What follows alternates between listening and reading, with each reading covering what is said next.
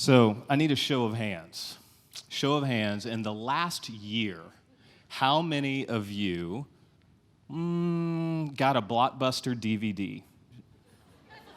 No? I see that. No, I don't see that hand. That's a different talk. All right, how about charged your Blackberry? Have you charged your Blackberry in the last year? No? Mail ordered anything from Sears, MySpace, Profile Update, San Marin? You're getting point out. No? Not you? So it's fairly predictable, right? Is that large organizations that we may have grown to love and see have fallen catastrophically from influence to irrelevance. Sometimes it feels like overnight that happens. But here's the thing. It doesn't just happen to large corporations and organizations. It can actually happen to you. It can actually happen to me.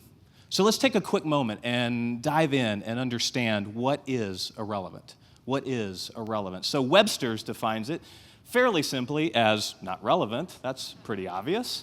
But it also throws out not connected to something relevant. But this is the one that really jumped out to me when I saw it. Irrelevant is a loss of influence. So if you're sitting here today and you're wondering, it's like, you know what? I'm really interested in losing my influence as a husband. I want to lose my influence as a wife. I want to lose my influence as a pastor. I want to lose my influence as an organization. If that is you, I have the talk for you. How to become irrelevant. That's what we're going to talk about today. How to become irrelevant. I have 3 quick points for you. Number one of the best ways to become irrelevant is focus on the method. Focus on the method. So I'm going to go back to Blackberry. Let's talk about Blackberry for a moment. Blackberry, their major method mistake was simply focusing on the physical keyboard. They focused on the physical keyboard. What does that mean? That means that they shifted their mind away from the mission of what the opportunity of this powerful device in their pocket was, and they shifted it to the method, and it became about the physical keyboard. So a quick learning that we can pick up from that is a pathway to irrelevance is replacing the mission with the method. What does that look like for you? What does that look like for me? I'm not quite sure. Possibly, as you're leading your volunteers, as you're leading your teams, as you're stepping into all of that, are you more focused on the method? Are you more focused on what they're doing? Are you focused on the mission, where we're leading them, where we're going as you are filling out the playbook and executing the playbook, whatever that looks like to you? Is it about the method or is it about the mission? Point number 2, forget about the future. It is a great way to jump on that slope to irrelevance is to forget about the future. So, many of you youngsters in here may have not even heard of a company called Kodak. Kodak, today floundering and struggling, still a public company, but not the darling of the S&P 500 anymore. Kodak one day was the dominant photography organization in the world.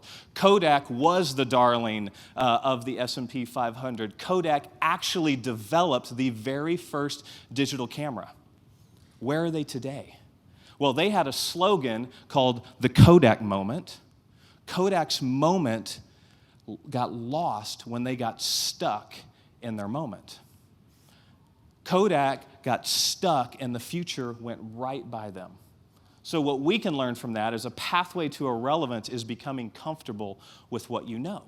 What does that look like for you? What does that look like for me? Well, maybe it's all of these cool new apps and things that your kids are doing you have no interest in. I'm still over here. I don't need to know about that.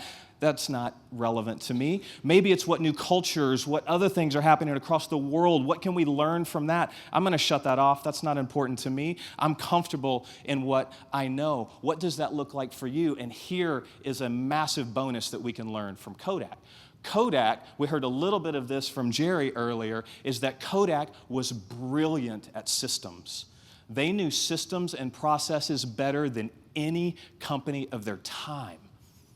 The problem is they became so efficient at something that was no longer effective the future passed them by.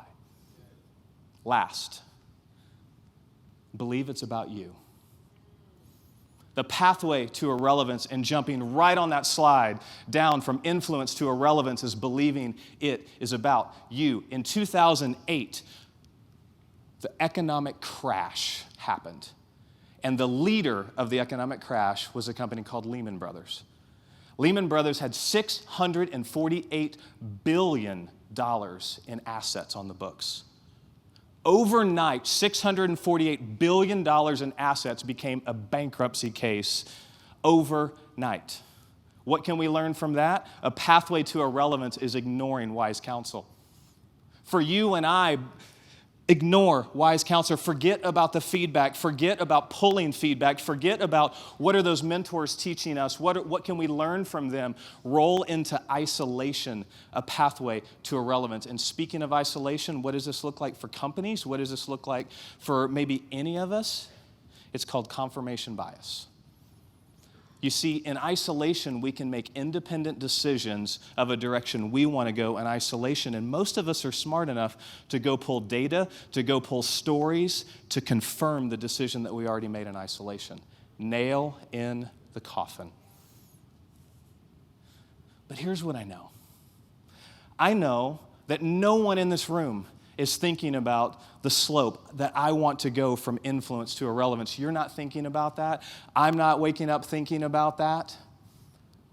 But I also know that Blackberry wasn't thinking about that.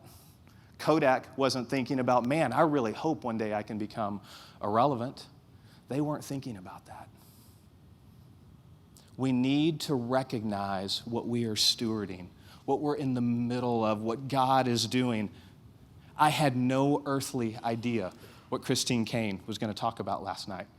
My closing was simply the fact, for me, this talk was all about me. I crafted this talk for me to remind myself not to ever go on autopilot, not to ever take anything for granted. And my word was to lean in. My new process in thinking from last night's talk is press in. We have to press in on this, or we can wake up and that can be us. And that would be a travesty for what God has in store for each and every one of us. Thank you. Great job, Storch.